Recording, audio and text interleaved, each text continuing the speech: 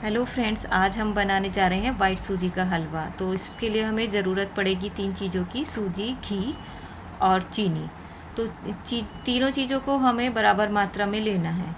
तो इसके लिए सबसे पहले हम तैयार कर लेते हैं मीठा पानी। तो मीठे पानी में हम 1 इलायची डालेंगे और चीनी का 4 गुना पानी हमें लेना होता है, तभी हमारे जो हलवे का रेशो है वो सही रहता है। तो अब हम इस पानी को गर्म कर लेते हैं चीनी घुलने तक। चीनी घुलने तक ही गर्म करना होता है, इसमें हमें चाशनी नहीं बनानी होती है।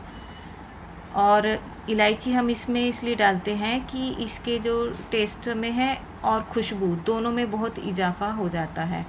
तो जैसे हमारा पानी गर्म होता है, इधर हम अपनी सूजी भून लेते हैं। तो सबसे पहले कढ़ाई में हम डालते हैं घी, और घी को सबसे पहले हमें गरम करना है। गरम करने के बाद ही हम इसमें सूजी डालेंगे। इससे क्या होता है कि हमारी सूजी आपस में चिपकती नहीं है। तो जैसे हमारा घी गरम हो रहा है, तो अब ये लगभग गरम हो चुका है। तो अब हम इसमें डालते हैं सूजी। तो सूजी को हमें भूनना है लो फ्लेम पे। तो लो फ्लेम पे भूनने से क्या होगा, जो हमारी सूजी है वो वाइट ही रहेगी, उसका कलर नहीं चेंज होगा। लास्ट तक हमें इसको लो फ्लेम पर ही भूनना है, जिससे ये अंदर तक पक जाएगी, लेकिन इसका कलर चेंज नहीं होगा। तो अब हमारी सूजी धीरे धीरे भूनना शुरू हो गई है। फ्लेम को हमें लो ही रखना है। तो जब तक हमारी सूजी भूनती है तो मैं आपसे बात कर लेती हूँ। फ्रेंड्स, आप मेरे चैनल को लाइक और सब्सक्राइब कर सकते हैं अगर आपको मेरी रेसिपीज़ अच्छी लगती हैं तो। अब ये देखिए, हमारी सूजी लगभग आधी भून चुकी है। तो जैसे जैसे ये भुनेगी, ये घी छोड़ना शुरू कर देगी, साइड में घी आना शुरू हो जाएगा। अब ये देखिए भुन रही है, लेकिन इसका कलर चेंज नहीं हुआ है, क्योंकि ये लो फ्लेम पे भुन रही है। और जब हमारी सूजी आधे से ज़्यादा भुन जाएगी, तो हम इसमें हल्के से ड्राई फ्रूट्स अपने डाल देंगे, जिसे हमें उनको अलग से नहीं भूनना होता, और वो इसी सूजी में भुन जाते हैं। उनके टेस्ट में भी बहुत फ़र्क होता है। ये देखिए, अब हम इसमें डाल देते हैं अपने ड्राई फ्रूट्स, और फिर से इसको भूनना शुरू कर देते हैं। भूनना लगभग ये हमारी अब सूजी तैयार होने वाली है, क्योंकि इसका साइड में ना इसने घी छोड़ना शुरू कर दिया है।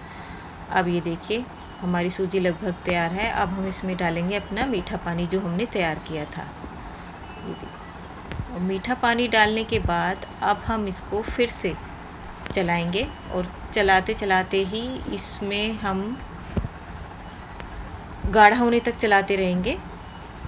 मीडियम फ्लेम हम अब कर सकते हैं हल्की सी, क्योंकि अब हमारी सूजी भून चुकी है। तो अब ये धीरे धीरे ऐसे जैसे पकता रहेगा, धीरे धीरे गाढ़ा होता रहेगा। तो इसका जो टेस्ट है उसमें कोई फ़र्क नहीं आएगा। तो अब हमारी सूजी गाढ़ी होनी शुरू हो गई है। आप समझिए कि लगभग हमारा हलवा जो है वो रेडी होना शुरू हो गया है।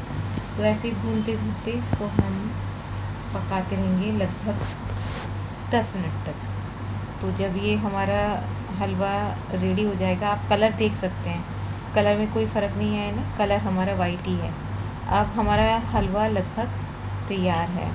तो हलवे को अब हम गार्निश करेंगे हल्के से अपने ड्राई फ्रूट से और सूखे हुए नारियल से। तो हमारा जो हलवा है वो अब बिल्कुल तैयार है खाने के लिए और परोसने के लिए। तो आप देख सकते हैं कि कितना अच्छा टेक्सचर है हलवे का आया है, कितना स्मूथ, सब कुछ सब एकदम से बढ़िया। तो अब हम इसको गार्निश कर देते हैं सूखे हुए नारियल से, और हमारे जो कुछ हमारे पास है उनसे, इसको मैंने पहले ही कद्दूकस कर लिया था। तो हमारा हलवा खाने के लिए तैयार है, और आप लोग खाने के लिए तैयार हो जाइए।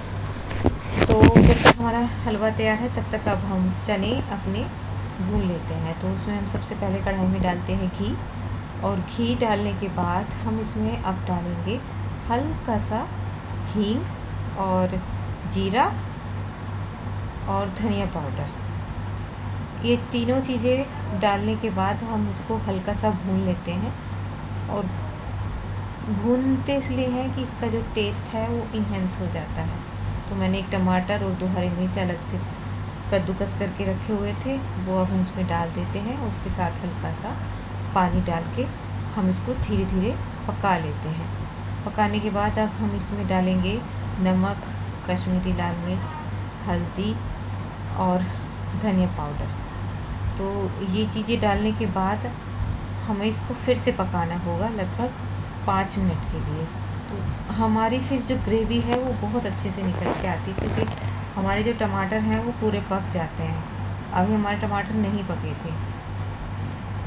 तो 5 मिनट पकाने के बाद आप देख सकते हैं कि हमारी जो ग्रेवी है उसका कलर कितना अच्छा आया है। और हमने जो अपने चने हैं वो पहले से ही उबाल के रखे हुए हैं। तो अब हमारी ग्रेवी तैयार है। अब हम इसमें अपने डालेंगे उबले हुए चने। तो जैसे कि आप देख सकते हैं कि चनों के साथ हल्का सा पानी है।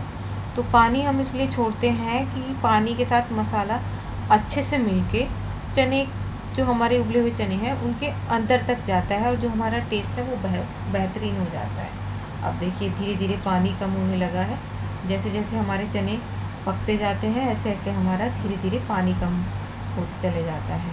अब इसको लगभग पकते हुए 5 मिनट हो चुके हैं और पानी जो है लगभग वो ख़त्म सा हो गया है।